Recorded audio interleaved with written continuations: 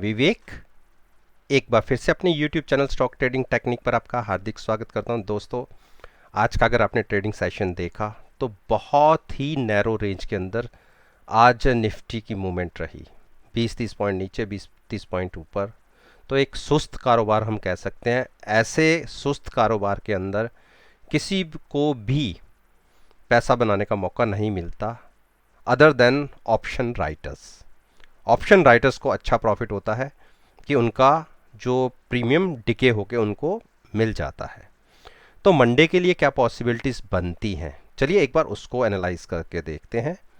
जैसा कि तकरीबन 5 बजे के आसपास जब मैं ये वीडियो रिकॉर्ड कर रहा हूँ, इस टाइम जो निफ्टी का फ्यूचर्स है वो 448 के आसपास ट्रेड कर रहा है। 448 का मतलब 11448। अब मंडे के लिए इसमें क्या सिनेरियो बनता है? मंडे के लिए अगर हम फ्लैट टू पॉजिटिव, जहां हम क्लोज हुए हैं इस टाइम, यहां से यहां पर भी या इसके ऊपर ओपन होते हैं तो आप 430 का 11430 का स्टॉप लॉस लगा के बाइंग कीजिएगा।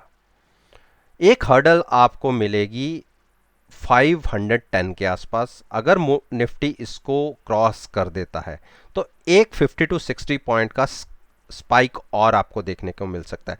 तब हम ये अपनी ट्रेंड लाइन को क्रॉस करके ऊपर ट्रेड करना शुरू कर देंगे। तो उस केस में एक मूवमेंट हम ये कह सकते हैं कि करंट जहां क्लोजिंग हुई है वो यहां से 100 पॉइंट की एक मूव ऊपर की तरफ देखने को मिल सकती है। पहला हर्डल मिलेगा 505 के ऊपर और दूसरा हर्डल मिलेगा 560 के ऊपर। अपसाइड की रेंज फिलहाल ये दो टारगेट्स के साथ ये बनती है। और नीचे की तरफ की भी पॉसिबिलिटीज पे हम बात करते हैं। किसी भी कारणवश हमने 11375 को फिर से ब्रेक किया, जिसकी पॉसिबिलिटी जैसी पिछले 3 दिन की क्लोजिंग आई है काफ़ी कम है। अगर हम नीचे की तरफ ब्रेक करेंगे तो फिर से हम नीचे की तरफ 200 को और उसके बाद 11122 को छू सकते हैं। तो नीचे और ऊपर दोनों मैंने बात कर ली। तो अभी हमें अकॉर्डिंग टू आरएसआई ठीक है, आरएसआई भी, एमएसीडी तो हमें अभी मोमेंटम की अगर बात करें तो नेगेटिव साइड पर ही मोमेंटम दिखा रहा है। पुल बैक्स होते हैं लेकिन इन हर्डल्स को क्रॉस करने के बाद सेंटिमेंट्स भी रिवर्स होंगे, तो उस केस में हम बाइंग की तरफ बात करेंगे। लेकिन जब तक प्राइस 510 और 560 को क्रॉस करके ऊपर की तरफ क्लोजिंग नहीं मिलती, तब तक हम ये कह लेंगे ट्रेंड रिवर्सल हो गया नहीं। अब हम बात कर लेते हैं निफ्टी बैंक की। निफ्टी बैंक भी एक आज के डेट में एक नैरो रेंज के अंदर ही ट्रेड करती रही। देखिए, मैंने एक ये आप अगर रेड कलर से देख रहे हैं, ये एक ट्रेंड लाइन है नीचे की, और पिछले 3 दिन से देखिए इसको नहीं क्रॉस कर पा रहा। ये प्राइस बनता है 22,700 का। पिछले तीनों दिन लगातार हमने इसके ऊपर क्रॉस करने की कोशिश की लेकिन रिजेक्शन मिली। प्राइस नीचे की तरफ क्लोज हुआ और एक क्रूशियल लेवल जो नीचे का है 22,400 का, इसके ऊपर की क्लोजिंग आई है। ये एक अच्छी बात है। लेकिन अगर मैं इस ट्रेंड लाइन को मैं थोड़ा बड़ा करता हूं, इसको आपको थोड़ा देखने में आसानी रहेगी। और अगर आप ये इस प्राइस को मैं थोड़ा सा और खींच के ऊपर कर देता हूं, आप ये देखिए, अगर हम इस प्राइस को क्रॉस करके ऊपर निकलते हैं 22,700 को, तो एक पुल बैक आपको मिलेगा तकरीबन 22,900 और उसके बाद 23,100। ये अगर हमने सारे हर्डल्स पार कर लिए तो एक बड़ी मूव जो आपको पिछली देखने को मिली थी वो मूव देखने को मिलेगी। और अगर हमने जैसे ये एक टेरिटरी क्रॉस की थी 2400-200 की, इसको अगर क्रॉस करते हैं तो हम फिर 25,000 की तरफ मूव करेंगे। लेकिन अभी हम पहले ये छोटे छोटे 2-3 टारगेट्स हैं, इनकी तरफ ही बात करते हैं। ये तो हो गई अप साइड के लिए। अब नेगेटिव साइड पे हमने मूव कब लेनी है? क्लोजिंग बेसिस के ऊपर अगर हम 22,300 को ब्रेक करके हम नीचे की तरफ क्लोज करते हैं तो उस केस में हम कह सकते हैं कि 21,600 की तरफ हम एक मूव नीचे की तरफ शुरू कर सकते हैं। लेकिन क्योंकि पिछले 3 दिन से बैंक निफ्टी ने बड़ी मूव नहीं दिखाई, ना नीचे की तरफ ना ऊपर की तरफ। हाँ, टॉप से तो काफ़ी बड़ी एक डिक्लाइन देखी जा चुकी है, लेकिन नीचे की तरफ अभी इसने मूवमेंट नहीं दिखाई, तो इसीलिए हम ज़्यादा नीचे का नहीं सोचेंगे। तो मैंने दोनों तरफ की इसमें बात कर ली। अब मैं बात करता हूँ जो निफ्टी बैंक के कुछ अच्छे बड़े दिग्गज स्टॉक्स हैं, जैसे स्टेट बैंक है। स्टेट बैंक में कैसी मूवमेंट है देखिए। स्टेट बैंक ने आज आज एक कोशिश की, और जो एक मैं कह रहा था कि इसको 202 के आसपास, 202 के आसपास एक रेजिस्टेंस देखने को मिलेगी, स्टॉक के प्राइस ने उसके ऊपर क्लोजिंग दी है। अब किसी कारण से अगर हम 205 भी क्रॉस कर देते हैं और 207 भी क्रॉस कर देते हैं, तो एक अच्छे बड़े रन के लिए ये स्टॉक तैयार हो जाएगा। जितनी शॉर्ट्स बनी है उसमें से आप ये मान के चलिए कि 50% कवर होंगी तो प्राइस इजीली 220 तक मूव कर सकता है। क्लोजिंग अच्छी आई है, लेकिन अगर क्लोजिंग 205 के अबव आ जाती तो बहुत ही अच्छी क्लोजिंग थी। उस केस में एक तकरीबन 5 से 7 रुपए की और मूव अपसाइड पर देखी जा सकती थी। अब हमें देखते हैं कि इसके अंदर हमें ट्रेड कैसे लेना है। आप एक चीज का ध्यान रखिएगा, अगर प्राइस 205 के ऊपर ट्रेड करना शुरू करता है मंडे के सेशन में, तो आप केवल 2 रुपए का स्टॉप लॉस लीजिए, बाइंग में बैठिए। एक हर्डल देखने को मिलेगी 207 की, अगर वो क्रॉस हो गया तो एक बड़ी मूव 2015 तक भी देखने को मिल सकती है। लेकिन प्राइस फिर से अगर 203 को क्रॉस करके नीचे की तरफ ट्रेड करना शुरू करता है, तो हम एक बार फिर से नीचे की तरफ 199 के टारगेट्स देखेंगे, और अगर 199 भी ब्रेक होता है तो हम फिर से नीचे की तरफ गिर सकते हैं। तो कॉन्शियस होकर ट्रेडिंग व्यू बनता है। HDFC बैंक मुझे कई दिनों से वीक लग रहा था, और आज इसने एक करेक्शन के मोड में आ भी गया। आप देखिए इंडिकेशन हमें RSI और MACD ने पहले से ही दे रखा है, लेकिन देखिए जहां एक के बाद एक 3 कैंडल्स राइट साइड पे जनरेट हुई, मैंने कहा था कि 1050 के हमें फिर से 1050 के टारगेट हमें फिर से देखने को मिल सकते हैं, और ऐसा इसने एक शुरुआत कर भी दी है। आप देखिए क्लोजिंग आई है 1080 की। मैंने पिछली वीडियोस में आपको बता भी दिया था जो मेरा पहला टारगेट होगा 1080 का और दूसरा 1050 का। मंडे को अगर हम किसी भी कारण से नीचे की तरफ ओपन होते हैं, 1075 भी मान लीजिए, और आप 5 रुपए का स्टॉप लॉस लेके आप शॉर्ट कीजिए 1050 के टारगेट के लिए। 1050 नहीं तो 1060 के टारगेट के लिए तो आप शॉर्ट कर सकते हैं। बाइंग स्ट्रेंथ कब देखने को मिलेगी? अगर प्राइस 1110 को क्रॉस करके ऊपर की तरफ ट्रेड करना शुरू करेगा, तो हम उस केस में कहेंगे कि अब हमें थोड़ा सा पॉजिटिव साइड सोचना चाहिए। MACD का इंडिकेशन नेगेटिव साइड है, तो आप उसके ऊपर ट्रस्ट मत कीजिएगा, ट्रस्ट कीजिएगा। तो अभी मोमेंटम इसमें नेगेटिव साइड है।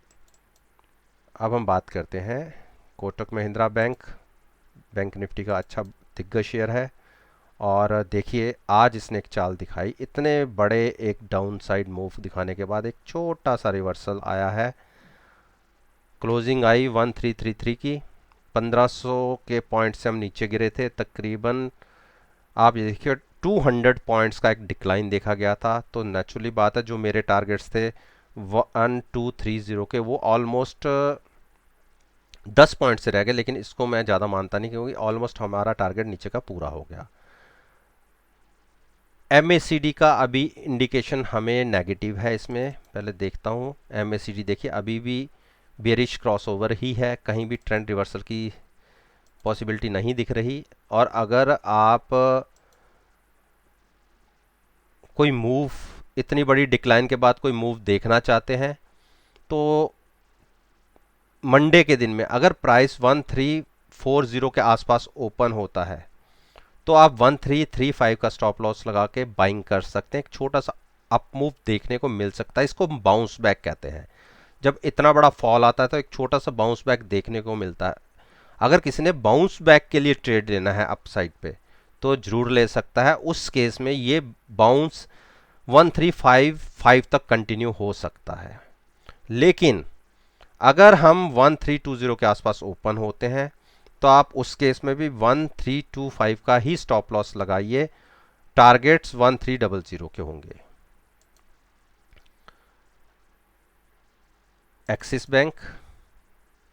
एक्सिस बैंक ने आज देखिए कोशिश जरूर की, लेकिन एक जो हम कह सकते हैं कि 50 DMA डेज मूविंग एवरेज के ऊपर क्लोजिंग दी है 4449 की। तो क्या यहाँ से अप ट्रेंड हो गया? नहीं, अप ट्रेंड अभी शुरू नहीं हुआ, ये पुल बैक्स हैं। जब तक इंडिकेशन देखिए हमें मिलेगा 460 के आसपास जाके, तब हम कहेंगे यहाँ से एक स्ट्रेंथ क्रिएट हो गई। तो 475 के टारगेट्स आपको देखने को मिले। ये पुल बैक, किसी ने पुल बैक को ट्रेड करना है पॉजिटिव साइड पे तो आप मंडे की ओपनिंग 450 के आसपास होने दीजिए। 2 से 3 रुपए का स्टॉप लॉस लगा के आप 455 के लिए ट्रेड ले सकते हैं। लेकिन अगर फिर से हमें डिक्लाइन देखने को मिला नीचे की तरफ तो 447 स्टॉप लॉस होगा, तब आप शॉर्ट कीजिए 416 के टारगेट के लिए। अब हम बात करते हैं इंडस बैंक। इंडस बैंक ने जो क्लोजिंग दिखाई है, क्लोजिंग ठीक है, 9 दिन की मूविंग एवरेज के ऊपर ही आई है 610 के लिए, और हाई से हम काफ़ी करेक्ट हुए हैं तकरीबन 15 पॉइंट्स। तो मूव किस तरफ लेना बनता है? अगर ट्रेंड देखो तो अभी भी नेगेटिव है। ट्रेंड को अगर ट्रेड करना चाहते हैं तो आप प्राइस गिरने का वेट कीजिए 600 तक। 605 का स्टॉप लॉस लगा के 590 के टारगेट्स के लिए आप ट्रेड ले सकते हैं। बाइंग 630 के ऊपर की सोचिएगा, उससे पहले बाइंग में पोजीशन क्रिएट मत कीजिएगा। इंडस हो गया। अब मैं करता हूं आईसीआईसीआई बैंक पर बात। आईसीआईसीआई बैंक आपको क्या दिखाता है? आईसीआईसीआई बैंक देखिए अभी भी बेरिश तरीके से ही ट्रेड ले रहा है, और जो मूविंग एवरेज है 20 दिन की और 9 दिन की, उनके भी नीचे ट्रेड कर रहा है, और 50 डेज मूविंग एवरेज के ऊपर ट्रेड कर रहा है। तो पिछले 3 दिन के कैंडल्स देखिए, एक रेंज बाउंड मार्केट में ट्रेडिंग ले रहे हैं। एक जो सपोर्ट नीचे 362 की है, देखिए पिछले 2 दिन लगातार ये स्टॉक नीचे की तरफ आया, लेकिन इसने 62 ब्रेक नहीं किया, यानी ये अच्छा बड़ा सपोर्ट का काम कर रही है। जब तक ये इसके ऊपर है हम शॉर्ट नहीं करेंगे। हाँ, 362 अगर इंट्राडे में ब्रेक हुआ और प्राइस 360 के आसपास गिरा तो 360 का स्टॉप लॉस लगा के आप शॉर्ट कर सकते हैं 339 के टारगेट के लिए।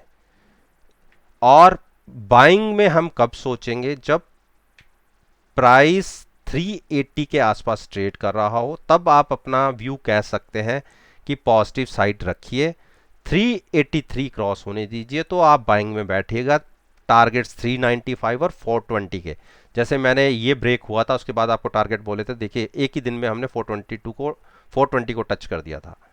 तो मोमेंटम अभी नेगेटिव है, तो नेगेटिव है तो आप बाइंग करके मत जाइएगा, पहले ट्रेंड रिवर्सल होने दीजिए। अब हम बात करते हैं HDFC की। HDFC हमें क्या बताता है? HDFC के साथ अगर आप देखेंगे तो पिछले 5 दिन से एक ही टेरिटरी में मूव कर रहा है। अब देखने वाली बात है कि ये टेरिटरी किस तरफ को ब्रेक होगी। मेरा अपना जो ओपिनियन है, मैं एक बार ये सोच रहा हूँ कि एक बार ये 1735 को टच करेगा, और अगर 1735 टच हुआ तो ये जो इतना बड़ा गैप पीछे 1 जून को क्रिएट हुआ था 40 से 50 पॉइंट का, इस गैप को भी ये फिल कर सकता है। तो बाइंग अपॉर्चुनिटी तो इसमें हम ढूंढेंगे 1830 के ऊपर, तब आप लॉन्ग पोजीशन भी क्रिएट कर सकते हैं टारगेट 1889 और 1940 के लिए। लेकिन जब तक ये हम ये कह लें कि 1810 से नीचे है तब तक आप अपना व्यू नेगेटिव ही रखिए। अब बात करते हैं रिलायंस। रिलायंस ने बिल्कुल जैसे मैंने अपनी पिछली वीडियोस में बोला था कि 150 से 200 पॉइंट की रैली दिखाएगा, और देखिए जैसे ही इसने ये कैंडल जनरेट की, मैंने आपको पहले ही बोल दिया था कि जब मेरा ये टारगेट था जो 2194 का, जब ये ब्रेक होगा तो रिलायंस 150 से 200 पॉइंट की रैली दिखाएगा, और इसने कल के सेशन में वो चीज़ दिखा भी दी। आज भी देखिए इसने एक 2340 का एक हाई छुआ और उसके बाद 20 से 30 रुपए करेक्ट होकर नीचे क्लोजिंग दी। अब क्या यहां से क्या पॉसिबिलिटी है, यहां से पॉसिबिलिटी कैसी बनती है? मैं एक आपको, ये मैंने कई महीनों पहले से एक ट्रेंड लाइन मैंने ड्रॉ की हुई थी, और क्योंकि उसके बाद ये प्राइस नीचे आ गया था, तो देखते हैं कोशिश करके कि अब ये किस तरफ को जाता है। तो अगर इसके हिसाब से देखें तो नियर अबाउट 2450 के टारगेट तो बनते हैं। मैं थोड़ा सा और इसको मिनिमाइज करके कोशिश करता हूं कि ये पूरा ड्रॉ हो जाए। हाँ, 2450 के टारगेट्स तो हम एक बार देख सकते हैं इसके अंदर, कि अगर रैली और कंटिन्यू हुई। लेकिन आप आरएसआई को भी ध्यान में रखिएगा। देखिए यहाँ पे आरएसआई ओवरबॉट हुई, यहाँ हुई, उसके बाद हम यहाँ तक करेक्ट हुए। तो अगर हम फिर अपसाइड पे मूव करेंगे और 80 के आसपास अगर आरएसआई जाएगी तो उसके बाद करेक्शन फिर बनेगा, और मेरे ख्याल से 2450 को जब हम टच कर देंगे रिलायंस के अंदर, तो फिर उसमें एक करेक्शन देखने को मिलेगी। मोमेंटम अब इसमें जो पहले नेगेटिव हो गया था, अब एक बार फिर से अपसाइड पर कंटिन्यू हो चुका है। देखिए एक ब्रेकआउट हमें मिल गया है अपसाइड का। तो दोस्तों ये वो स्टॉक्स थे जिसके ऊपर मैं रोज आपके साथ बात करता हूं और कहता हूं कि नेक्स्ट ट्रेडिंग सेशन में आप मेरी वीडियो के साथ इनके चार्ट्स को या इनके प्राइसेस को एनालाइज कर लीजिएगा। और अगर वीडियो पसंद आई है तो मेरे यूट्यूब चैनल को सब्सक्राइब कीजिए, वीडियो को लाइक कीजिए, और साथ में बेल आइकन का बटन प्रेस करना मत भूलिएगा। और एक चीज़ का खास ध्यान रखिएगा, ये वीडियो केवल मैं आपके साथ शेयर कर रहा हूँ आपको सिखाने के पॉइंट ऑफ व्यू से। मैं कभी नहीं कहता कि मेरी वीडियो को देखकर आप मार्केट में कोई पोजीशन क्रिएट करें। तो इसी बात के साथ मैं आपसे विदा लेता हूँ और एक नई वीडियो के साथ फिर से आपके सामने आऊँगा। तब तक के लिए धन्यवाद, टेक केयर एंड